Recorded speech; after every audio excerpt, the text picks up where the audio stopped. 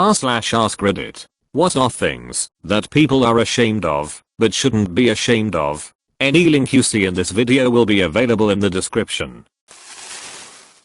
I read about this in another r/AskReddit post, but apparently people who are choking on food don't like to admit this. For example, in a restaurant, when a person notices they are choking on the food, they just go to the bathroom and try to survive on their own, and actually quite many people die because of this. When I was with my friends celebrating the one's birthday, I choked at a pizza place and her mom had to give me the Heimlich, and it caused me to vomit on the table. I ran to the bathroom and cried in there for 30 minutes until my friends came in to check up on me. This is legit a real issue for me. Whenever I'm choking, I blow it off as me just coughing or SMTH. But I think it has to do with my social anxiety and just not wanting attention drawn to myself. But now I'll be sure to hack it out next time. Dying in a bathroom stall seems like kind of a grim end for me, lol. Edit. Guys, I promise I know how to chew food, it's just happened like maybe 3 times in my life. These moments are just etched in brain forever, I guess. So no need to worry, I'm doing good. Look, I feel as if dying will probably make a bigger scene than just asking for help. But if I'm dead, I won't feel the crippling anxiety and embarrassment that comes with it. Not gonna lie, it's a win-win situation for my anxious brain. Whenever I'm choking, how often do you choke? Or does this include food touching the wrong pipe type of coughing as well? Not being good at something that they just started to learn. I'm like that. Trying to learn the harmonica, and I'm too embarrassed to practice when anyone else is around. Really daft point. Edit. Thanks for all the upvotes and comments. A few people below asking what resources I use. I've bought a Udemy course by Ben Hewlett, which is good. Don't pay full price for Udemy courses, they are nearly always offers and sales. I've got a couple of books, Harmonica for Dummies and the excellent Rock and Blues Harmonica by John Jindick from 1982, bought for me as a gift by a friend. It has a long list of commercially released albums and which key each track is, so you can try and play along with them. Also YouTube videos, there are loads. What I really need to do now is start practicing. Me learning to play guitar currently. I hate to play when my husband is around, even though we both decided to learn guitar. He grew up playing bass, so even though he doesn't realize I know how to play guitar, he took a class in high school and remembered a few things on guitar. I'm so embarrassed practicing. Edit. Thank you everyone for your kind words. I've never experienced so much support like this before. My husband is being extremely supportive of learning, so I'm so lucky to have him there. Stay safe everyone. Just remember that every time you make even a little bit of progress, he'll be proud of you. Guitar is an awesome instrument, and is even better when you get to play with someone else. Keep it up. Sucking at something is the first step to being sorta good at something. Gamers can be the worst about this. Man, I'm sorry I haven't spent 12 plus a day playing an FPS. I'm just trying to have some after work or classes. I played a game of League with a friend that's new to the game. So much flame and targeting towards him. I remember when that happened to me when I first started. It's so annoying. Yeah, I tried to get into it, but just couldn't take queuing solo anymore. Playing against bots was fine, but I gave up on trying the PvP modes. Can't really practice properly against bots, and most people, it seems, don't have the patience to let you practice and learn against other people in the casual modes. League honestly has one of the most toxic players in online gaming. The common response given to others who complain about flaming is get tougher skin, or don't play the game. Like, shit, sorry that I have emotions, and don't like being told that I'm a literal piece of garbage and I should kill myself. Exercising around other people. It's easy to feel ashamed of your own weight, strength, etc. when exercising around others that already have the body image you're striving for. I find myself unable to exercise around other people because I breathe loud and heavy, and I think it's gross, and I don't want people to be like, OMG, this bitch is dying from a light jog. Someone running a marathon is going to be breathing heavy at the end, even though their pace at that point likely looks like a light jog. The people around you don't know how long you've been exercising. Also, anyone who judges you for not yet being great at something that you're in the process of improving isn't someone whose judgment matters. I know don't pay attention to it is sometimes easier said than done, but I try to keep this in mind. Yes, if someone sees you coming and hears you breathing heavy, they're just as likely to be thinking, man, she must have been running a while.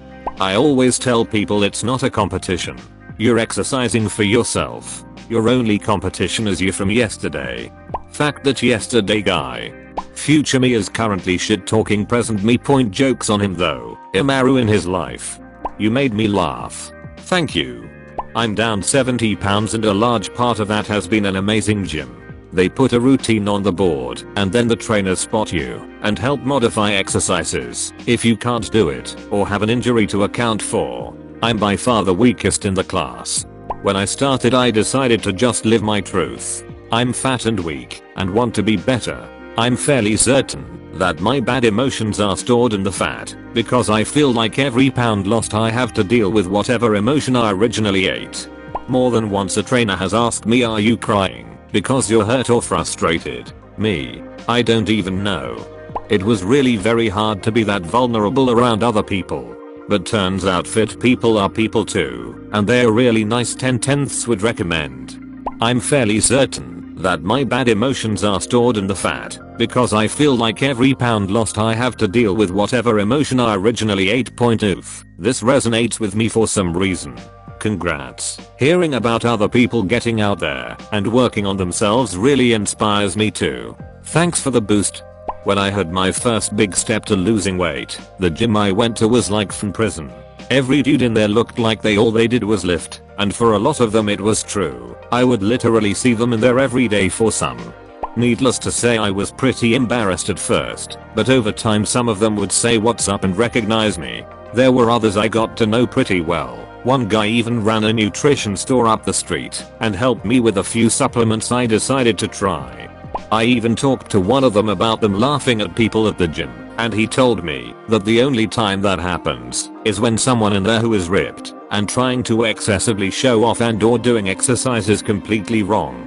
I was lucky to have a roommate who was in super good shape and helped me along for the first 6 months until I had the confidence to go by myself. It's good to have a welcoming environment at a gym, whether it's a friend or a trainer that actually gives a shit. Keep the faith and keep up the good work. Agree with this. I'm almost embarrassed to go to the gym because I've let myself go. The thing is, no one at the gym knows you let yourself go. If you're 80 pounds overweight, people will look at you and say back quote, hey, good for that guy/girl. They're getting after it and putting in the work. Unfortunately, our inner monologue often thinks more fit people are saying back quote, God, that guy/girl is so big, they really let themselves go. But the reality is they have no clue what you looked like before, and they don't care. That's your ego getting in the way. Fight your ego. A disability. I'm epileptic. I've got no personal issues with it except for the obvious. People seem to act differently when hearing it though, and that can suck. I had broke a molar one time a few years back and couldn't find a dentist willing to do the work to fix it, as I had 5 or 6 seizures one day supposedly caused by dental work years ago. It took nearly 2 years of living with a broken molar and a bit of a breakdown to the receptionist for anything to happen. Bosses and co-workers seem to act differently too, but usually with the intent to come of more caring, etc. Usually makes things awkward. A kid in my daughter's class has epilepsy. The first time his mom dropped him off at our house for a birthday party, she gave us almost a disclaimer about his epilepsy and told us he hadn't had a seizure in a long time. She also said some parents feel uncomfortable having him at their houses because of his epilepsy. I felt bad that a kid has possibly not been included in fun events with his friends in the past because of something completely out of his control. Yeah, I wasn't allowed over to most of my friends' houses because the parents were terrified, which is understandable as an adult, but when you're a kid, you feel like a total freak. Admit that they failed. Everyone has failed in their life at least once. Nobody is perfect, and you don't need to be ashamed of, it's human. The problem is that I can't stop. Edit. Jesus, you're really us and trite motherfuckers, aren't you? Learning from your mistakes only keeps you from making the same mistake twice, but there's so many ways to fail that, in my experience, it's effectively worthless. Most people try all their lives for anything, but we only have a window of a few decades to achieve it. Don't make it in time. Too fucking bad. Failure is not needed to learn, and it never was. I don't know where this hot happy horse shit came from, but it's just plain not true, and it never was. But you tried means absolutely nothing. I don't know a single human being who never tried anything. Failure just means that you failed. End of story. An F on a report card does not mean you learned, it means you fucked up. If this garbage is really the best advice you can give, I'm probably quitting Reddit because my god, you're some happy dumb motherfuckers. I felt that comment. Me too. Being a certain age, and not being married, having a degree, or anything that people have associated with a certain age. Wearing hand-me-down clothes that don't fit quite right because they can't afford anything new. I only have a few t-shirts for going out, and my friends notice I'm always wearing the same thing. Same. I'm a woman and the whole buy a new outfit for going out thing got old fast. I like this shirt, and I'm going to get my money's worth. Wait, what? Who came up with this policy? Just Google all the ridiculous articles about Kate Middleton outfit repeating, like it's somehow abnormal. Not knowing something. People shouldn't shame others for their lack of knowledge. Absolutely no one knows everything. Looking at you, Reddit. For real. You can post a thesis level essay on a topic you know everything about, but you mess up 1 minute detail and it's 50 people telling you you're an idiot. You can almost hear them frothing at the mouth and shouting well actually sometimes. Meanwhile, you'll also get blown off if you actually know what you're talking about because someone else insisted they were right harder, or took the first result from Google and added it as a link to make them seem like they are providing sources and probably didn't actually read the link. People on Reddit will call you an idiot over literally anything. Their own artwork. People don't just pick up a paintbrush and start painting masterpieces. Everyone's art starts out rough. The only reason someone isn't very good is because they just haven't had the practice to refine their work. Using the bathroom at someone's house or a public place. It shouldn't be embarrassing at all. Just do what you need to do. I've seen people make themselves miserable just to avoid using the bathroom. I was never embarrassed to go to the bathroom at someone's house until sometime in junior high I had to go at a friend's house and dropped a deuce. Didn't think anything of it. I had a big family and nobody ever cared if you left the bathroom stinky because it's just a fact of life, especially if 8 people are sharing the same bathroom in one house. Well, a few minutes later, her mom walks into the bathroom and makes a huge deal about how stinky it was in there and how you should spray perfume as a courtesy and yada yada. I'm sure she thought it was one of her kids and didn't mean to be malicious, but yeah. I've never pooped at someone's house again, unless I can confirm they have air freshener and the bathroom is far away from where people are congregated. My aunt did this to me once, when I was a kid in front of everyone, and it's the reason I get nervous to go at people's houses now. That's why even if I go in after someone now and it smells, I just don't say anything in an effort not to embarrass them. Like mon everyone does it, leave people alone lol. I just want you both to know, if you ever visit my home you can leave whatever odor you want. I want my home to be a pooper's paradise. You're accepted here. Walking into a store and not buying anything. It's because I feel like people there think I'm stealing something. I look young for my age, and I don't dress exceptionally well or wear makeup, so I feel like people see me and think delinquent thief if I don't buy anything. I used to use this for my advantage. I would always get my trench coat when going to buy something that I would need help with. Bam. Instant customer service at Best Buy. If this is a joke, it's funny. If this is serious, that's brilliant. I for real used to do this. I stopped when I sympathized with the person in the awkward situation of pretending not to be monitoring me for theft. Well, your username holds up. I can't stand walking into a small independent shop where the owner says hi and then not finding anything.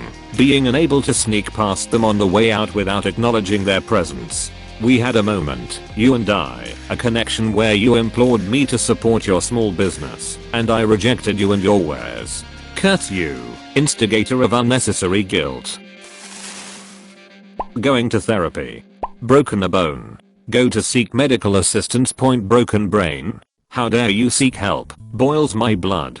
If your blood is boiling, you should probably seek medical assistance. The problem I feel is that it's a lot easier to assess a physical problem as being out of the norm vs a mental one. You got a broken bone. Yeah, that's not normal. Go see someone. Coughing up blood or have some ache that's never been there before. Maybe it's doctor time. Compare that to any slew of mental health problems where it's hard to be able to know what's normal and what's not and needs to be addressed. What happens if you've had anxiety, depression /etc for as long as you can remember? How do you know what normal even is in order to realize that needs to be addressed? There isn't really a good way of categorizing and identifying mental health in an empirical way, from what I understand.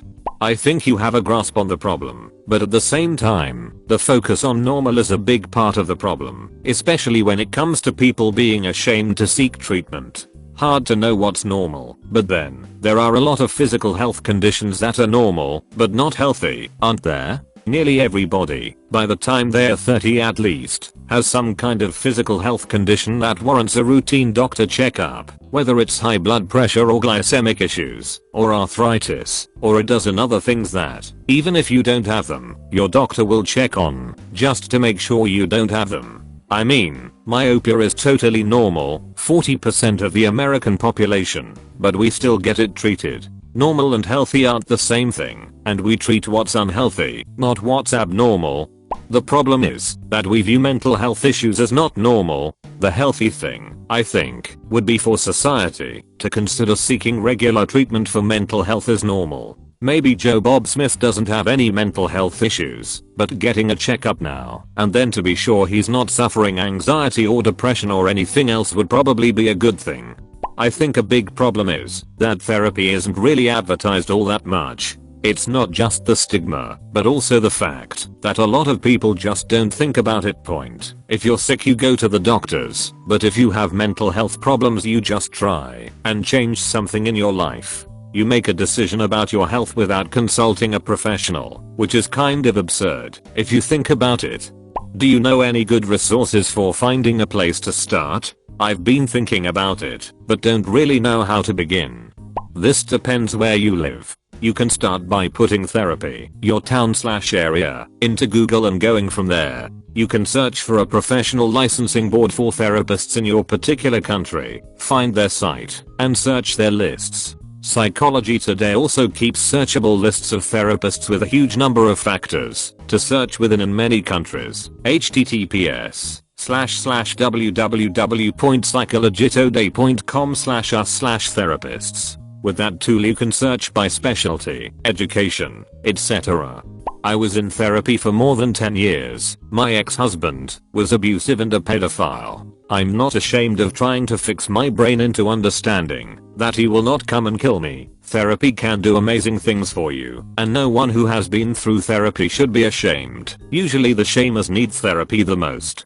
This should be top of the list, but it won't be. Stigma is dumb.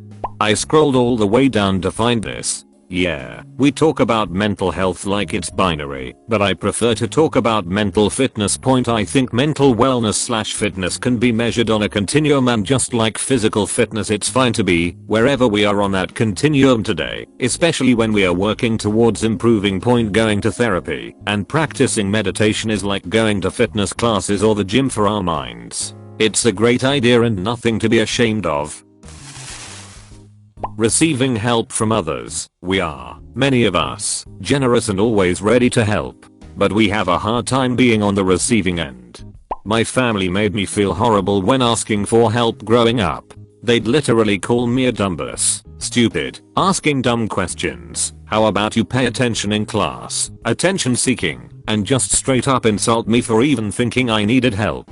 Sometimes they wouldn't even answer me verbally, they'd just roll their eyes or sigh or shake their heads and ignore me. I literally was treated like an idiot for asking questions and asking for help. and I was a child. I'm 23 now and still struggle with asking questions or for help when I need it. It's yet another cycle I'm going to break, hurting children simply for being curious children and asking for help or asking questions. There's no reason why they had to hurt me simply for asking for help with my math homework. The only excuse I can come up with is their pride not allowing them to say they can't help me because they didn't understand it themselves. Edit. Got lots of replies and of course it's the one time I'm busy, so couldn't reply to any. I apologize for that. But since I gotta work bright and early tomorrow, I'm gonna eat, maybe play some Sims, and let this do its Reddit thing. All I'ma say is we can definitely agree that shaming a kid for curiosity is a dick move, and to not be the same assholes we had growing up. That's all I got to say, so if you're in the Midwest, good night. As for everyone else, good morning/afternoon/evening/day. Yeah, my parents were like that. Still are, for all I know. Cutting them out of my life was the best decision I ever made. Blemishes and pimples that no one notices but themselves. Until you get that one asshole that asked what happened to your face, like he doesn't already know. I always work from the if it can't be changed I'm 5 seconds, don't point it out. Sure, if you've got chocolate on your face I'll discreetly mention it to you, but I'm sure you already know you have a pimple. What good would making you self-conscious do? Oh god, yes. If I have some toothpaste in the corner of my mouth, please tell me so I don't go walking around with it all day. But saying stuff like damn you have a huge pimple on your chin is unnecessary. Like gee thanks for mentioning it. I was totally not aware of this monstrosity I've had chilling on my face for 3 days. I blindfold myself every time I pass a mirror, so thanks for pointing it out to me, or else I wouldn't have known. I feel this so deeply. Years ago, in my mid-20s I had this asshole coworker who was literally the biggest douche. I remember being at a party with him, and he was like you would be so pretty if you didn't have that thing on your face, and if you lost 20 lbs, and I was gutted. It took me so long to get over it, and not be hurt by it.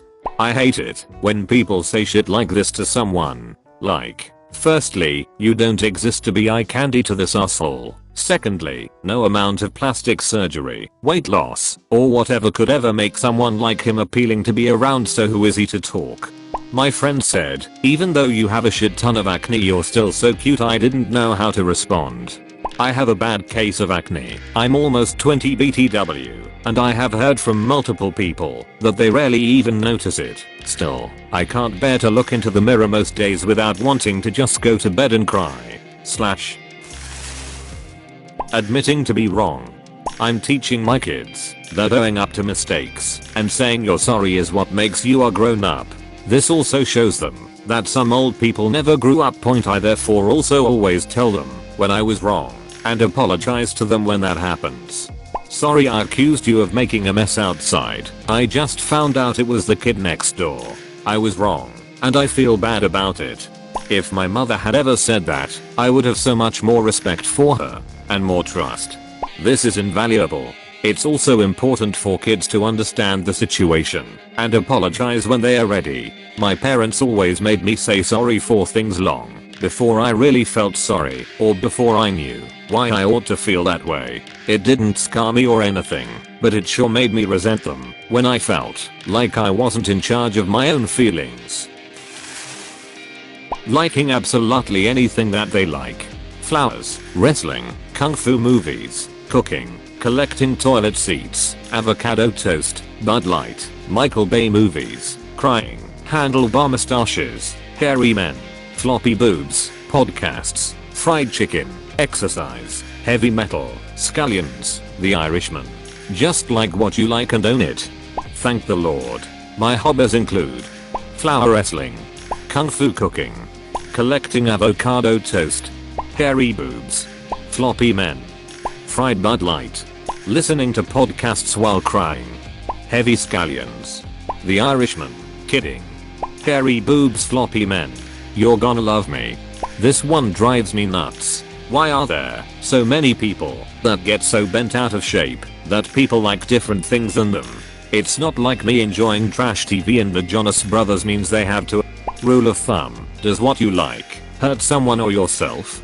Don't do it. It doesn't? Then rock on, my dude, and own that shit. Addendum, BDSM/S&M, as long as it's consensual, is an acceptable kink/hobby/whatever you want to call it.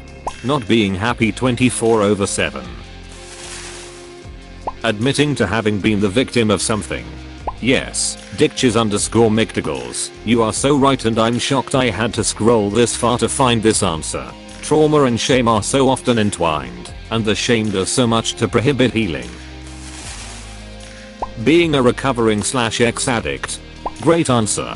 Beating addiction is a huge thing that not many people can do. There it is. I was waiting for this one to pop up. I have been sober for many years now, and I still remember the intense shame and embarrassment I felt walking into rehab. It was okay for everyone to see me acting like an asshole and almost dying of an overdose, but God forbid anyone see me get sober. The stigma around addiction is disgusting and needs to stop. No one should be ashamed of having an addiction, and no one for damn sure needs to be ashamed of kicking their habit. Working low-wage jobs. Noon should feel bad for what they do. We all just trying to get by. Thank you for this. Yesterday someone talked down to me about how much I make. I was bummed about it all day. I'm sorry you had to go through that. Fuck them. Ah, yes. Revenge sex. Imagine being so insignificant that you have to talk down to a stranger because they earn less than you just to make yourself feel better. Those jobs exist because there's a demand for them. If you use the service or product provided, you don't get to act better than the person providing it to you. Having hair somewhere. Or not having hair somewhere. Why yes, it's so hard having even remotely light skin and dark hair, because you're always freaking embarrassed about it. Especially for girls. It's natural. It should be there. So why are we so ashamed of it? Kinda sad. Being a virgin. I'm surprised this wasn't higher. It's crazy how there's a stigma against people who have sex, and there's a stigma against people who don't have sex. What do you want, people? And there isn't a definable time to lose your virginity. Everyone moves at their own pace. The best time is to lose it when you feel the most comfortable. It's not something you should rush into, in my opinion. I was 17 and a full-grown 40-something-year-old Karen ridiculed me on Facebook for waiting until marriage. What kind of person goes out of their way to make fun of a teenage girl? I didn't feel ashamed about it, but I certainly felt sorry that this lady had nothing better to do with her life than make fun of me. Edit. I got married 8 months ago, and it was well worth the wait. Crying point. Don't repress your feelings, bud. Let it out. You say that like it's easy. I used to cry all the time as a kid, but after years of being told to shut up and man up, I can't cry even if I try. I can be sad as fuck, and I physically can't let myself cry. It's not like there's problems with my tear ducts either. God knows my allergies prove that those still work. It's just a psychological thing. Can't do it. Same. My grandma passed away recently, and I couldn't cry, even though she was the one I was closest to in my family. It felt horrible. I can if something terrible happens, but all last year I found myself unable to cry. I did cry when I got broken up with, but I know what it's like to be sad, and that be a man voice pops up in your head to shut down your ability to cry before it starts. For me, not being able to cry came from avoidance. The same avoidance that often drives people to find external ways of dealing with pain like drugs, alcohol, or sex. Once I really just let my feelings take over, it became kinda easy. There is utility in the being taught not to cry, because during really hardcore intense moments you can do things that need to be done, like in your case bury your grandma and console your family. But when the smoke clears, give yourself the time. Think about it. Don't run from the thoughts by switching activities or thinking about something else, and it will come. The best way to start is just drive to somewhere where no one is. Write about your feelings and just let it come.